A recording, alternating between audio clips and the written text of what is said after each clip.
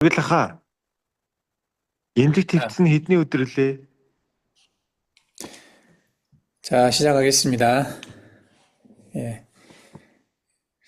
일단은 오늘 얘기하고 싶은 주제가 이제 우리가 지금 가고 있는 방향에 대해서 한번 점검을 해볼 필요가 있어서 점검이라고 하면은 우리가 지금 잘 가고 있는가, 이 방향이 우리가 일하고 있는 방향이 과연 옳은 것인지에 대해서 한번 정리를 해볼 필요가 있을 것 같아서 한번 개신교 몽골의 선교 상황에 대한 정리를 한번 해보고 지금 우리가 하고 있는 일과 비교를 해서 우리가 지금 어떻게 하고 있는지에 대해 정리를 했으면 좋을 것 같아요. 아마 우리가 이제 이 부분에 대해서 대부분 다 알고는 있지만 따로 이제 정리한 적이 뭐 저번에 우리가 몇 번 그 다른 사람들이 정리한 다른 선교단체에서 정리한 것들을 가지고 강의를 한 적이 좀 있었어요. 근데 오늘은 한번 내가 이제 AI로 한번 정리를 해봤어요. 이것은 그래서 AI가 갖고 있는 자료들이 이제 객관적인 자료들이 많고, 내가 찾을 수 없는 자료들이 좀 있어서 이 자료들을 좀 요구를 하고 질문에 대한 답을 보면서 정리를 하다 보니 정리가 제법 잘 돼 있어요. 그래서 AI가 정리하는 방향이 꽤 어떤, 정리가 잘 돼 있는 방향성인 것 같아서 그걸 가지고 한번 정리를 좀 해볼게요. 일단은 우선 이제 인트로덕션으로 몽골의 한국 교회가 해왔던 개신교 선교에 대한 정리를 좀 해보려고 해요. 이제 내가 속해 있는 선교단체가 국제 선교단체이기는 하지만 주로 이제 한국 교회들과 연결되어 있다 보니까 이제 한국 선교 위주로 한번 정리를 해보려고 합니다. 지금 이제 앞에 이제 그동안 해왔던 일들에 대해서는 간략하게 정리를 한번 해볼게요. 1990년 이전에는 선교를 못했었죠, 몽골이. 그래서 1989년 이전까지는 기독교 활동이 전면 금지되어 있던 지역이어서 과거에 이제 오래전에 몇백 년 전에 네스토리안 선교가 있긴 했었지만 그 이후로는 이제 명맥이 좀 끊겼고 1920년대, 30년대 이전에 선교 흔적이 있긴 하지만 거의 뭐 이게 사라졌기 때문에 실제 선교는 1990년 이후에 이루어졌다고 볼 수가 있죠. 이때 이제 몽골이 민주화가 됐고 종교 자유화가 됐고 그래서 외국 선교사가 활동이 가능했었던 그때 시점이어서 한국 교회가 이제 1990년대 초반부터 선교사를 본격적으로 파송을 했었고 여러분들도 잘 알다시피 몽골의 최초 1호 선교사가 침례교회 강퇴하 선교사님이라고 혹시 알고 있죠.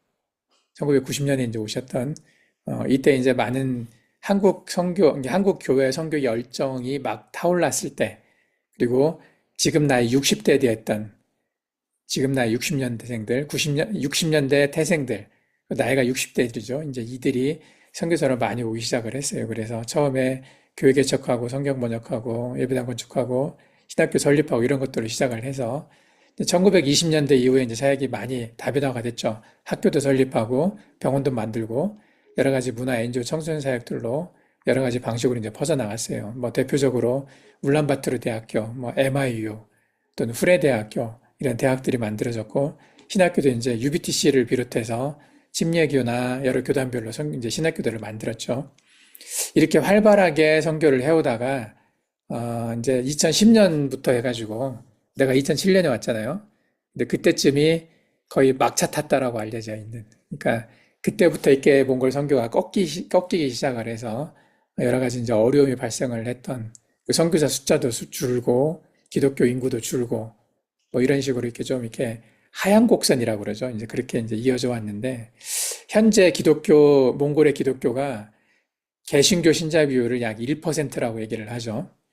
몽골의 인구가 350만 명이라고 하는데 그 중에 약 1%, 그러니까 3만 5천 명 정도라고 이렇게 생각을 하고 있어요. 그래서 전체 기독교 인구가 약 4만 2천에서 4만 5천이라고 하는데 이 안에는 좀 이렇게 여기서 이제 포함되지 않았다고 얘기를 했지만은 이제 이 몰몬교나 여호와 증인 신천지 같은 이런 이단들이 포함되어 있는 숫자인 것 같아요. 카톨릭도 좀 포함되어 있고 그래서 순수하게 이 4만 2천에서 4만 5천 중에서 이런 숫자를 빼고 나면은 한 3만 5천 명 정도, 3만에서 3만 5천 명 정도의 개신교 비율이 있는 것 같아요. 그래서 아마 1% 조금 못 미치는 수준이라고 우리가 알고 있어요. 교회가 전체가 600여 개로 수정이 되는데 대부분이 뭐 한 500개 가까이가 울란바토르에 있고 나머지의 지방에 좀 있는데 우리가 이제 알고 있다시피 지방에 교회가 있다고 알려진 곳에 교회가 실제로 모이지 않는 것도 많이 있죠. 그래서 아마 600개가 추정된다고 하지만 좀 모자랄 수도 있고요. 한국 선교사의 영향이 2010년대까지는 이제 개신교의 선교의 주축이었지만 한국 선교사 대부분이 울란바토르에 모여 있고 지금은 이제 현지인 목회자 중심으로 점차 전환이 돼서 한국 선교사들이 많이 빠져나갔어요. 내가 최근에 정확한 통계가 없는데 한국 선교사가 지금 몽골에 몇 명 정도 있나 이걸 이제 물어봤더니 뭐 통계가 없어요. 사실은 나도 잘 모르잖아. 몽골에 살고 있는 나조차도 한국인 선교사인데도 이 통계 정확히 모르는데 아마도 지금 100명 이짝저짝인 것 같아요. 남아있는 숫자가 선교사로. 그래서 한때 제일 많았을 때는 400명 정도였다고 했는데 지금 100명 정도로 줄었다고 해요. 그냥 전성기 시점에 20, 30%밖에 안 남아 있거든요. 그래서 이걸 보고 이제 상당히 좀 생각보다 많이 줄었다는 생각을 했는데 지금 이게 내가 알고 있는 한국 선교사들이 몽골에 많이 있지만 상당히 많은 숫자가 나갔단 말이에요. 내가 알고 있었던 사람의 반 이상은 나간 것 같아. 지금 사라졌는데 그 이후로 새로 들어온 선교사들 내 얘기를 별로 못 들어봤어요. 없지는 않은데 각 교단마다 이제 뭐 해마다 들어오는 것도 아니고 몇 년에 한 명 들어오는 정도밖에 안 되거든요. 들어오는 사람보다는 나가는 숫자가 더 많고 지금 이제 UB MK 스쿨을 보더라도 한 학년에 애들이 지금 2명, 3명, 한 명도 없는 학년도 있더라고요. MK 스쿨이. 아마 거의 지금 유치원들은 그래서 옛날에 4세, 5세, 6세, 뭐 이렇게 7세 함께 모여 따로따로 반들이 있었는데 지금은 그냥 다 같이 모여서 해도 뭐 5명, 6명밖에 안 되는. 그리고 이게 숫자가 너무 적어졌기 때문에 이제 이렇게 제대로 유지가 안 되는 상황이죠. 그 MK 스쿨도 중고등부 아이들은 좀 있는데 초등학교 애들은 없고 유치원 더 적고 우리 아름길 반에도 지금 보면은 2명, 3명밖에 없거든요. 예전에 누리가 처음에 왔었을 때 누리네 반이 20명 가까이 됐어요. 학생 수가. 소리네 반도 10명이 넘었었고 근데 지금 그 정도 되는 학년이 없어요. 그럴 정도로 한국 선교사 숫자가 많이 줄었다고 볼 수가 있죠. 예. 그리고 이제 지역으로 보면은 울란바토르에 대부분이 있고 다르항, 에르트네트 지방 도시에 좀 있고 이제 뭐 조이발산이나 뭐 홉수굴이나 이런 지역에도 몇 명 있기는 하죠. 근데 이제 아주 적은 숫자가 사역을 하고 있고 지금 이제 몽골로는 단기 선교 이제 환경들도 좀 이제 좀 바뀌긴 했는데 단기 선교 팀들이 이제 많이 들어와서 몽골 선교는 이 단기 선교 비중이 차지하는 게 상당히 크죠. 뭐 우리 팀도 마찬가지지만은 그래서 여름에 6, 7, 8월은 가장 활동하기 좋은 이 시점에서는 단기 선교팀 위주로 우리가 이제 사역의 방향을 잡고 지금 가고 있는데 단기 선교도 이제 조금 방향들이 좀 바뀌어가고 있어요. 물론 목적은 복음 전도, 교회 지원, 제자 양육, 청소년 아동 사역, 의료 봉사 이런 것들이 있는데 대개 단기 선교팀들은 일주일에서 뭐 길어야 열흘, 우리가 이제 9박 10일 정도를 하는데 이 열흘 정도 하는 팀들은 많지가 않죠.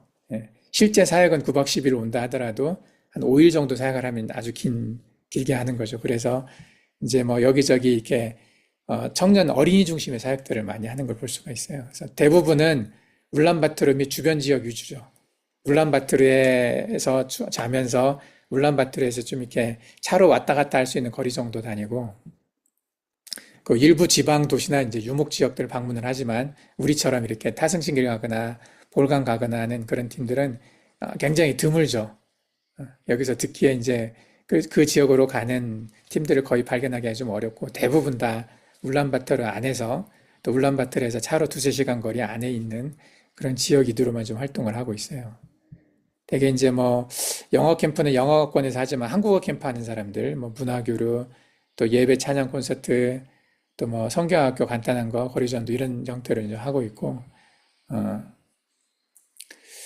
근데 최근에 이제 트렌드가 이제 지속 가능한 사역을 이제 지향하는 쪽으로 이제 가려고 노력은 해요. 몽골도 한 번 오는 게 아니라 한 번 사역 후에도 계속 교회와 연결되고 우속적으로 이제 계속 지원하는 걸 강조를 하고 그리고 현지 지도자 위주로 하는 경향이 많죠.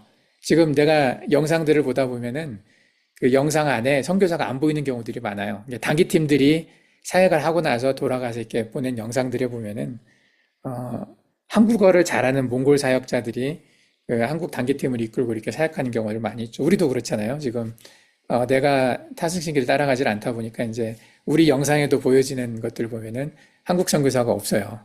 내가 없어. 그리고 대부분 이제 우리 몽골 사역자들이 함께 통역하면서 사역하는 것들이 있는데 우리만 이러는 게 아니라 다른 단기 선교팀들도 많이들 이렇게 하고 있다는 거죠. 아마 반절 이상은 몽골 사역자들이 직접 이렇게 한국어를 잘하는 사람들이 통역하면서 하는 걸 볼 수가 있어요.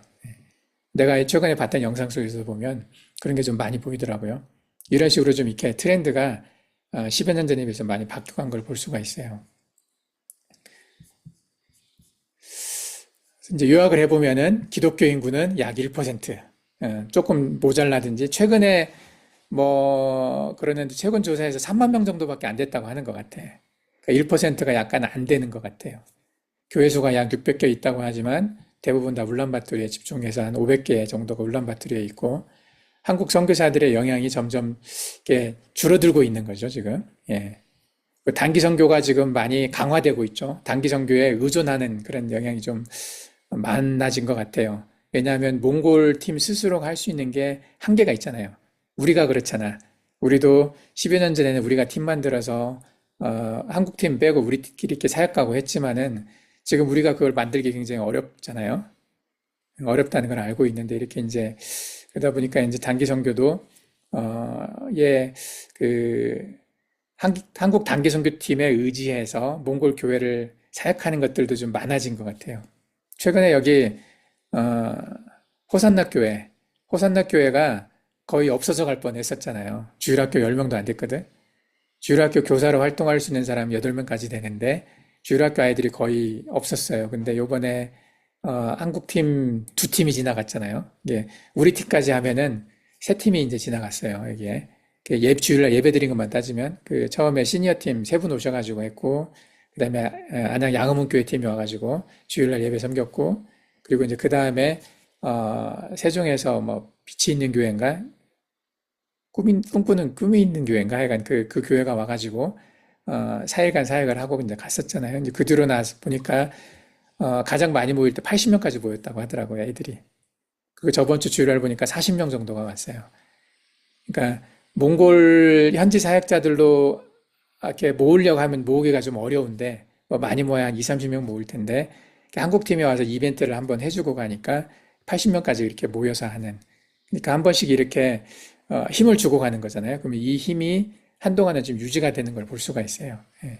이런 식으로 몽골 현지 사역자 위주로 하지만 몽골 현지 사역자가 한국 팀을 받아서 한국 팀이 할 수 있는 어떤 액티비티가 있으니까 이제 이걸 가지고 교회 그 부분에 이제 활용하는 그런 형태로 지금 가고 있는 생각이 들어요.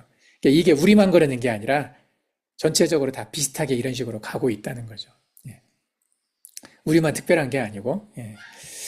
근데 지금 이제 한국 개신교의 이제 상황이 잠깐 얘기를 했지만 하향 추세예요. 하향 추세.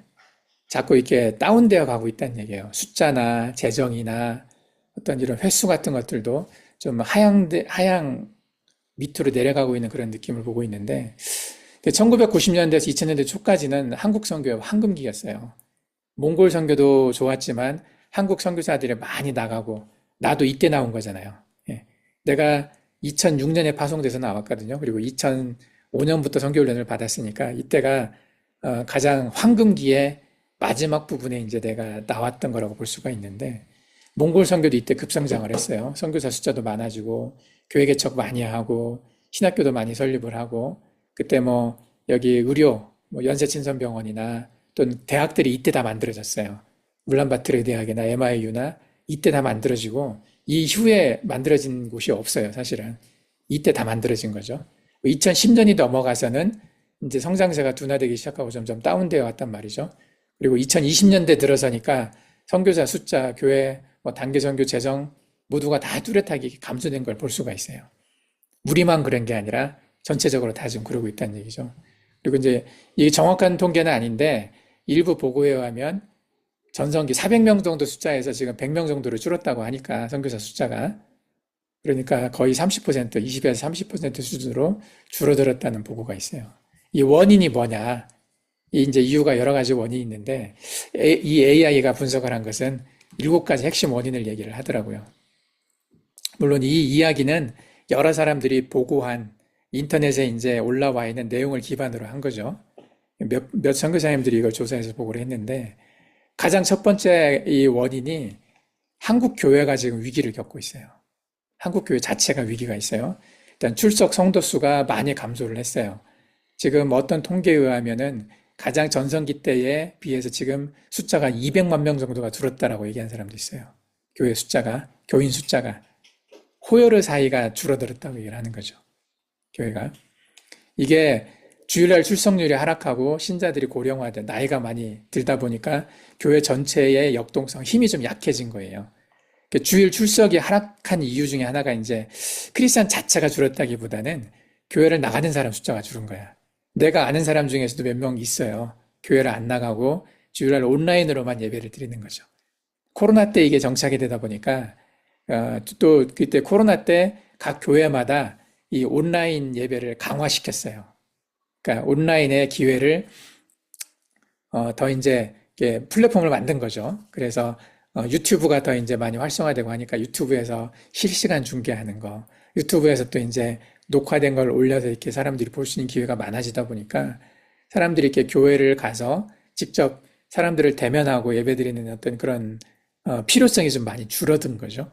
그러다 보니까 교회를 안 나가는 숫자, 이게 안 나가, 거꾸로 하면 가나안이라고 그러죠. 가나안 성도가 굉장히 많아졌다라고 얘기를 하죠. 그러다 보니까 이제 교회에서 동원할 수 있는 사람 숫자가 굉장히 줄어들었고, 주일학교 교사 숫자도 줄고, 주일학교 교사 없는 교회들이 또 많아요, 한국도. 옛날에 우리 때 내가 다녔을 때 그 주일학교가 지금 상당히 달라졌거든요. 그래서 한국 교회 구조적인 위기가 이제 발생을 한 거죠. 그러다 보니까 교회 재정이 감소를 했어요. 선교 예상 삭감 유지 이게 어려워진 거죠. 나도 어려워졌잖아. 그죠? 일단 나도 파송교회가 없어졌어요. 여러 가지 이유가 있지만은 파송교회가 나를 파송 중단하는 가장 큰 이유가 재정이거든요. 재정이 충분했었으면 아마 유지하려고 했었을 거야. 근데 재정이 줄어들다 보니까 이제 부담이 된 거죠. 그리고 많은 협력교회들에서도 중단한 교회들이 있어요. 나도 있어요. 물론 새로운 교회가 생긴 것도 있지만은 그동안 후원해왔던 교회들이 갑자기 이름도 없이 얘기도 없이 중단한 교회들이 있거든요. 재정이 많이 줄어들었고, 그리고 청년 세대들이 많이 없어졌어요. 내가 엊그제 2017년에 북문교회에서 몽골에 왔었잖아요. 단기팀 보냈었잖아요. 그때 청년들이 이렇게 와서 활동했던 영상을 한번 다시 봤거든요. 요즘 내가 이제 한국 돌아가서 교회 다니면서 이제 선교복을 해야 되다 보니까 한번 정리하는 차원에서 이제 쭉 과거에 왔었던 단기 선교팀들의 사역 영상들을 한번 리마인드를 좀 했어요. 다시 보는데 북문교회 아이들이 그때만 해도 꽤 많았구나.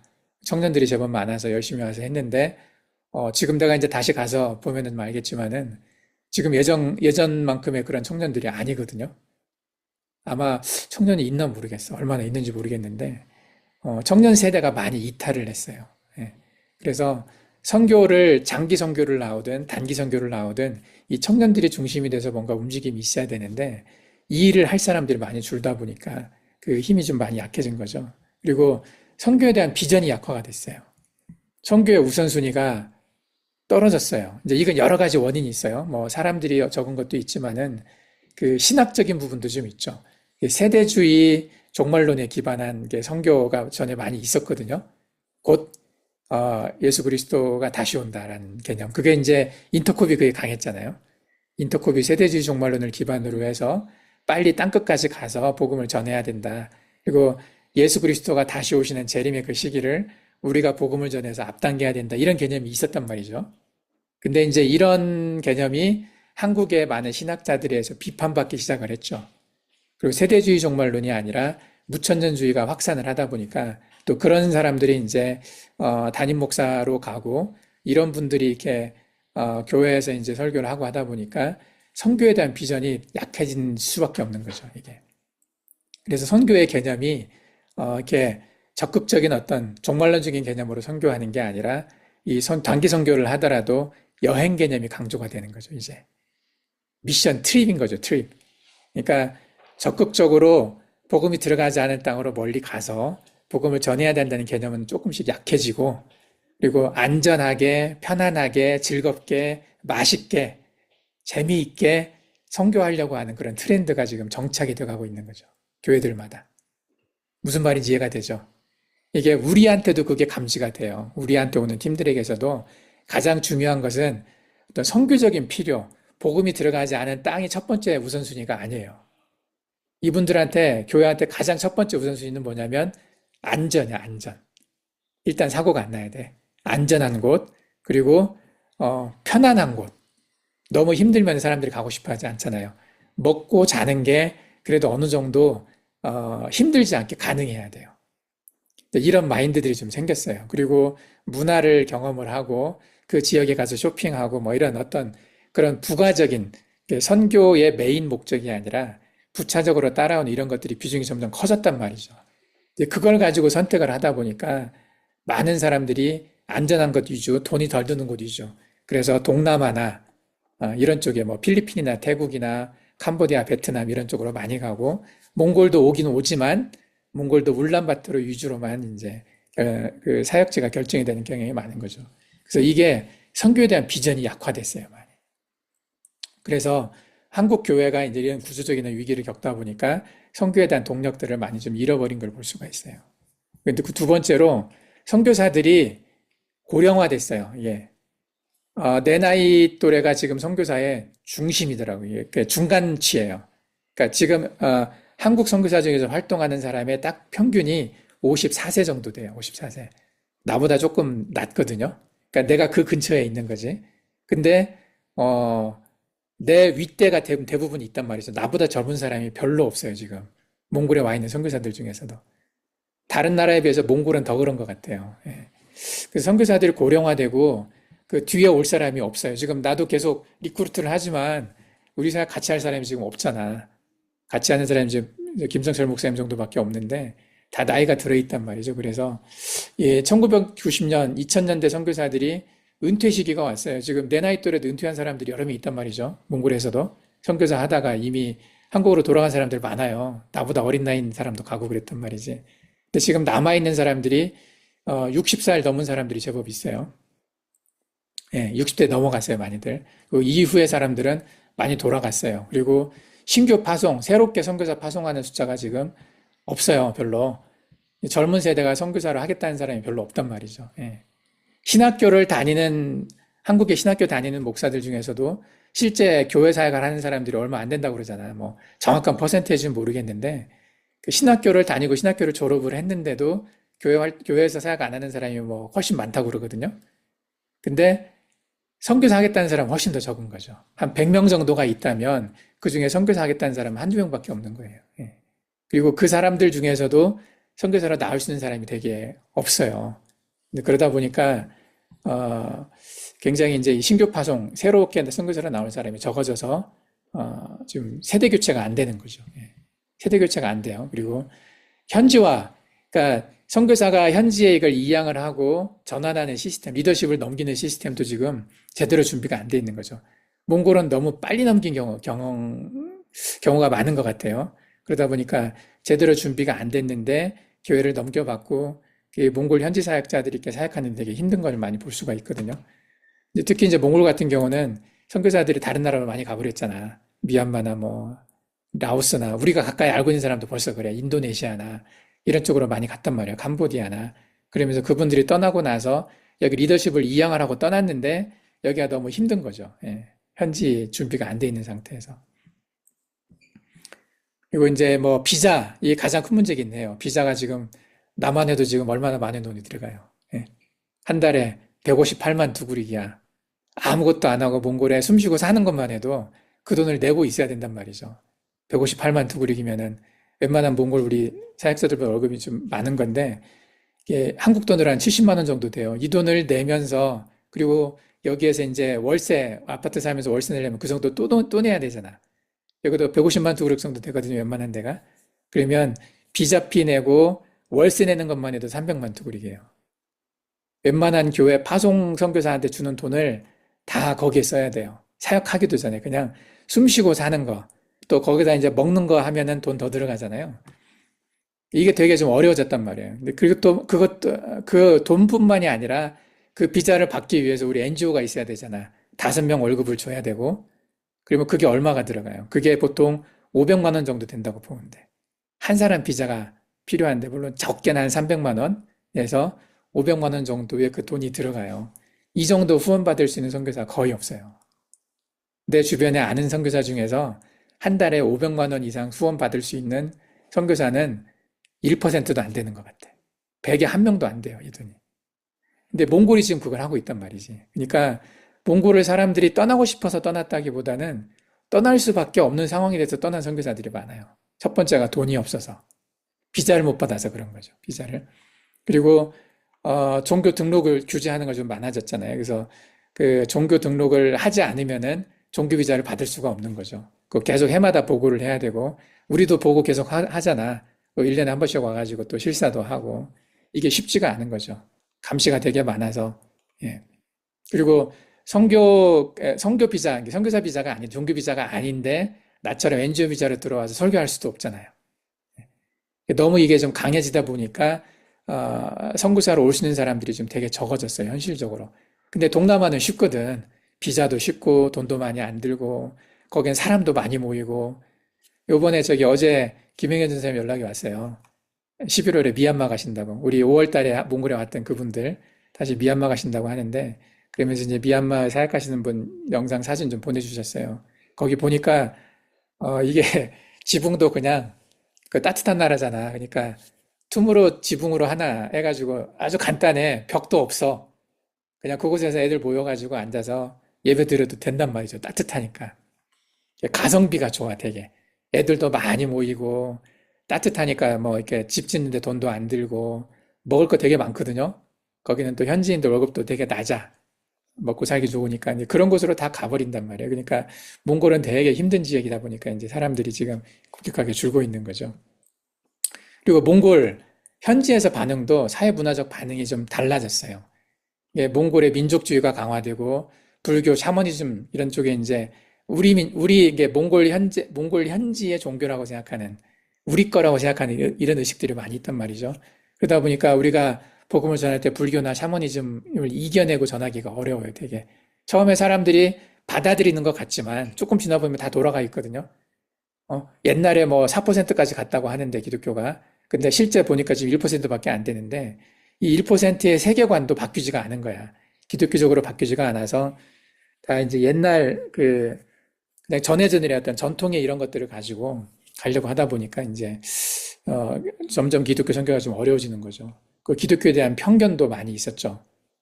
외국의 종교다, 서양의 종교다. 너무 이렇게 침투적으로 이렇게 막 뚫고 들어오는 그런 어떤 부정적인 인식들이 좀 있었단 말이죠.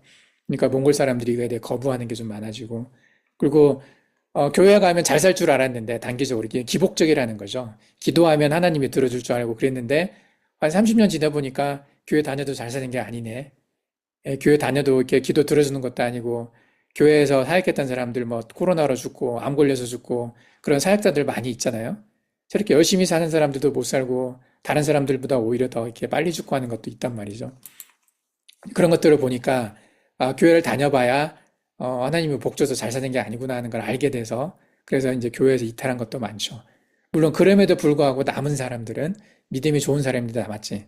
거품이 꺼졌다는 거죠. 예. 여러분들 같은 사람들. 여러분들은 그런 거 기도하고 다니는 게 아니잖아. 교회 다니면 잘 살게 해준다고 생각하고 다니는 거 아니잖아요. 예. 그게 목적은 아니잖아요. 그래서 이제 여러분들 같은 사람들은 남았지만 그냥 좀 기대를 가지고 다녔던 사람들은 이제 아니라는 걸 알고 나면서 떨어져 나가는 사람들이 많이 있다는 거죠. 그리고 이제 뭐 현지어 중심의 문화. 그러니까 몽골 사람들은 다른 나라 언어를 잘 못해요. 여러분들도 지금 내가 지금 한국어로 강의를 하는데 지금 들을 수 있는 사람이 있지만은 못 듣는 사람들도 있잖아. 우리 스태프들 중에도 불구하고. 예. 그래서 이게 몽골어를 하지 않으면 이게 성교하기가 어려운 거야. 그게 이제 상당히 어렵다는 거, 장벽이 있는 거죠. 영어로 되는 것도 아니고. 그러다 보니까 이제 현지의 중심의 문화가 있다 보니까 몽골어 외에 다른 언어를 안 쓰다 보니까 몽골 사람들이 그러다 보니까 접근하기 좀 어려운 게 있죠. 그리고 한국 스타일로 예배, 교회 운영을 하는 것이 반발한단 말이야. 그죠? 여러분들도 벌써 만약에 우리 보고 한국처럼 새벽마다 예배드리라고 하면 한국이 새벽 5시 예배드리거든요. 그리고 금요일마다 철야 예배하고 수요 예배드리고 한국은 우두루부루 예배가 있어요. 새벽 5시에. 그리고 수요일 날은 저녁 예배가 있고 금요일 날은 철야한다고 예배가 또 있어요. 주일 날도 예배가 여러 번 있단 말이죠. 예. 이런 식으로 한국 스타일을 적용을 해서 여러분들한테 그렇게 아침부터 예배를 드리라고 인도를 하라고 하겠어요? 어렵잖아. 그죠? 근데 한국은 이렇게 익숙하다 보니까 이걸 스타일을 강요를 했었어요. 몽골에 처음에. 몽골 현지 사역자들이 도저히 따라갈 수가 없는 거지 이거에. 현지 사역자들뿐만이 아니라 현지인들조차도 이게 감당이 안 되는 거죠. 이게 되게 불편한 거죠. 그리고 한국은 예배 그 교회 하시는 분들이 사역자들이 매일 출근을 해요. 아침마다 출근을 해서 교회 일단 나와가지고 같이 예배 드리고 그리고 정해가지고 신방을 해 또 교회 교인들 집집마다 찾아다니고 이런 관리들을 되게 많이 하거든요. 예, 근데 몽골은 또 그렇게 할 수가 없단 말이죠. 출근하는 게 힘드니까 출근도 잘 안 해. 그것에 대해서 이제 그 한국에서 이렇게 뭐라고 지적을 하면은 그거에 대해 마음이 불편한 거죠. 몽골 사역자들은. 예, 몽골은 그게 아닌데 유목민 스타일인데 농사가 아니라 농사 짓는 지역은 아침마다 가서 봐야 되거든. 풀이 잘 자라고 있는가, 잡초가 없는가, 병은 안 들었는지 다 들여보고. 이런 스타일이 익숙해져 있는데 몽골 유목은 그게 아니잖아요. 알아서 다니라고 하고 멀리서 그냥 보기만 하잖아. 옆에 안 가잖아. 그래서 들판에 보면 유목 그 양들이 다니는데 사람이 안 보이는 경우들도 많잖아요. 이게 주인 있는 양인가, 주인 있는 소인가 잘 모르는 경우도 있어요. 그래서 한국 사람들이 물어봐. 가다가 보면 저거 주인 있는 거예요? 야생이에요? 이렇게 물어보면 몽골 사람들은 당연히 알죠. 주인 있다는 건 아는데 보이지가 않는 거예요. 어디 있는지를. 전 그런 식의 스타일이 있어요. 그러다 보니까 몽골 현지 스타일과 한국 스타일이 안 맞아. 그래서 한국 사람들이 몽골 현지인들한테 한국 스타일로 교회를 운영하라고 얘기하면 몽골은 그게 가능하지가 않은 거죠. 쉽지가 않은 거지. 그래서 거기에 이제 불편함을 호소하는 사례들이 많이 있었죠. 그 선교 방식의 차이도 많아요. 이제 처음에 획일적으로 똑같이 막 했었어요. 근데 이것이 현지화되는데 실패를 한 거야. 한국 스타일을 가지고 몽골 스타일로 딱 몽골에 카피해가지고 딱 붙여넣기 이게 되질 않은 거죠. 예. 그리고 일방적으로 이렇게 주도했던 경향이 좀 있었어요. 한국 선교사들이. 그러다가 이제 옆에 남아서 이렇게 처음엔 주도를 하지만은 좀 성장할 수 있게 옆에 있어주고 그다음에 뒤에서 밀어주고 그러고 떠나야 되는데 많은 선교사들이 앞에서 막 끌다가 이제부터 네가 해 하고 가버렸어요. 그러면서 이게 제대로 파트너십이 형성이 좀 안 된 거죠. 이게 시간을 좀 두고 갔었어야 되는데 몽골을 떠난 많은 선교사님들이 몽골이 힘들어서 떠난 경우가 많았거든. 앞에 이제 여러 가지가 있었지만은 몽골의 자연 환경이나 사람들과의 관계나 또 어떤 비자 문제나 어떤 그 가성비의 문제 이런 것들이 많이 힘들어서 이제 많이 동남아로 가셨는데 그러다 보니까 이제 몽골이 이게 성장이 제대로 되기 전에 또 오래 남아서 이렇게 적어도 선교사가 20년, 30년 남아가지고 이렇게 도와주면서 이렇게 테이퍼링을 해야 되거든요. 테이퍼링이란 말은 조금씩 떼는 거죠. 내가 여러분들한테 처음엔 앞에서 끌다가 여러분들이 해보라고 하다가 난 지금 밀어주고 있는 거란 말이지. 이런 테이퍼링이 있어야 되는데 그걸 못했단 말이에요. 많은 선교사님들이. 그러다 보니까 이제 그 몽골 현지에서 사역자가 준비가 안 된 상태에서 맡았죠. 교회를 맡다 보니까 힘들어진 걸 볼 수가 있어요. 그리고 여섯 번째가 이제 참 충격이 컸죠. 이게 팬데믹, 그 코로나 팬데믹이 있었는데 사실은 이게 없었다 하더라도 이런 힘든 문제들이 나타났을 거예요. 근데 코로나 팬데믹이 있으면서 갑작스럽게 이제 급하게 온 거죠, 이게. 예, 어려운 환경이. 그래서 장기 선교사들이 나갔다가 나도 2년 있다 왔잖아. 나도 못 올 뻔했어요. 들어오는 게 쉽지가 않아. 이게 선교사들이 한국을 갈 때마다 그런 그 느낌이 있어요. 이번에 가면 다시 올 수 있을까? 나도 그런 게 있거든요. 내가 지금 나가면 다시 돌아올 수 있을까? 이런 불안함이 있어요. 왜냐하면 돌아오는 게 쉽지가 않기 때문에 비자도 새로 해야 되고 여러 환경들을 새로 해야 되기 때문에 나 같은 경우는 이제 만들어 놓은 인프라가 있기 때문에 돌아오는 게 비교적 쉬운 편인데 다른 선교사들에 비하면 근데 많은 선교사들이 이런 두려움이 있어요. 최근에 내가 이동훈 선교사 만나서 얘기할 때 이동훈 선교사도 안식년 나가야 되는데 나가면 돌아올 수 있을까 이 걱정이 있는 거예요, 지금. 실제로 많은 사람들이 못 돌아왔어요. 그 단기 선교팀이 2, 3년간 없었잖아요. 우리도 없었잖아요, 아예. 그러면서 이제 다시 회복되는 게 상당히 더디고, 그 현재 남아있는 선교사들이 고립감, 번아웃 되는 거예요. 나는 그래도 2년 있다 돌아와서 괜찮은데, 그 시간에 계속 여기 있었던 사람들, 코로나 기간에 몽골에 남아서 특별히 할 수 있는 일이 없었던 상황에서 이렇게 막 고립되고 이렇게 버틴 선교사들이 있거든요. 이런 분들은 쉽게 번아웃 되는 거죠. 아마 내가 만약에 안 나가고 여기 있었다, 그럼 나도 번아웃 됐을 것 같아요. 지금쯤 나는 정말, 다 싫다, 막 힘들어서 못 있겠다, 나 그냥 갈 거야, 이런 생각만 할 것 같거든요. 실제로 그런 선교사들이 이제 있었다는 거죠. 그리고 지금 내가 여러 번 강조하지만 이 온라인 사역을 했었어야 돼. 이것이 이제 몽골에서는 제대로 안 됐단 말이에요. 그래서 현장 중심의 오프라인 위주의 사역은 지금도 많이 위험하고 힘들어요. 그래서 내가 강조 많이 하는 게 지금 나도 노력하고 있는 게 이 온라인에 대한 노력을 좀 하고 있는 거거든요. 이런 것들이 이제 코로나를 통해서 빨리 왔어요. 그게. 근데 이것에 빨리 적응한 사람은 그래도 좀 살아남고 그게 적응 못한 사람들이 이제 어쩔 수 없이 떠난 사람들이 많이 있다는 거죠. 그 선교사 돌봄 시스템이 부재한 게 이게 이제 큰 문제 중에 하나였었죠. 이게 우리도 많이 느끼는데 한국에서 선교사에 대해서 이렇게 케어하려고 잘 안 하는 경향이 있어요. 담임 목사했던 사람도 이렇게 20년 안 채우게 못 채우게 하는 경우들이 있거든요. 그러니까 20년 넘으면 원로 목사가 돼야 돼. 원로 목사가 되면 교회에서 지원을 해줘야 되거든요. 이게 70살까지야. 그러니까 50살 전에 담임 목사로 와서 20년간 사역을 하고 은퇴를 하게 되면 원로 목사가 되거든요. 근데 이것을 안 채우려고 51살 된 목사님을 청빙을 하는 거야. 그러면 20년 못 채우잖아. 70될 때까지. 교회 부담이 줄어드는 거거든요. 근데 이런 식으로 이렇게 담임 목사한테도 그러는데 선교사한테는 오죽하겠어요. 선교사는 미래가 없어요. 노후가 없어. 연금도 없고 선교사를 가서 이렇게 번아웃 돼서 힘들어하는 선교사들 돌보고 가는 그런 시스템이 부족하다는 얘기죠. 그래서 고립되고 정신적으로 고립되고 경제적으로도 부담이 되게 크고 그리고 사후 관리가 안 돼요. 선교사가 비자를 만약에 못 받게 되면 다른 방법으로 그 지역에 갈 수 있는 뭔가 있어야 되는데 없어요, 그게. 그래서 선교사가 스스로 다 해결하기를 바라는 거야. 선교사 알아서 혼자 다 하라. 이런 시스템이거든요. 그러니까 힘든 거죠.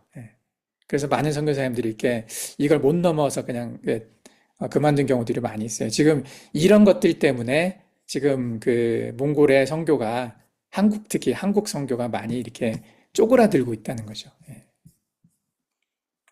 이런 상황을 어떻게 이제 극복을 할 거냐. 조금 쉬었다가 다음 시간에 하도록 하겠습니다.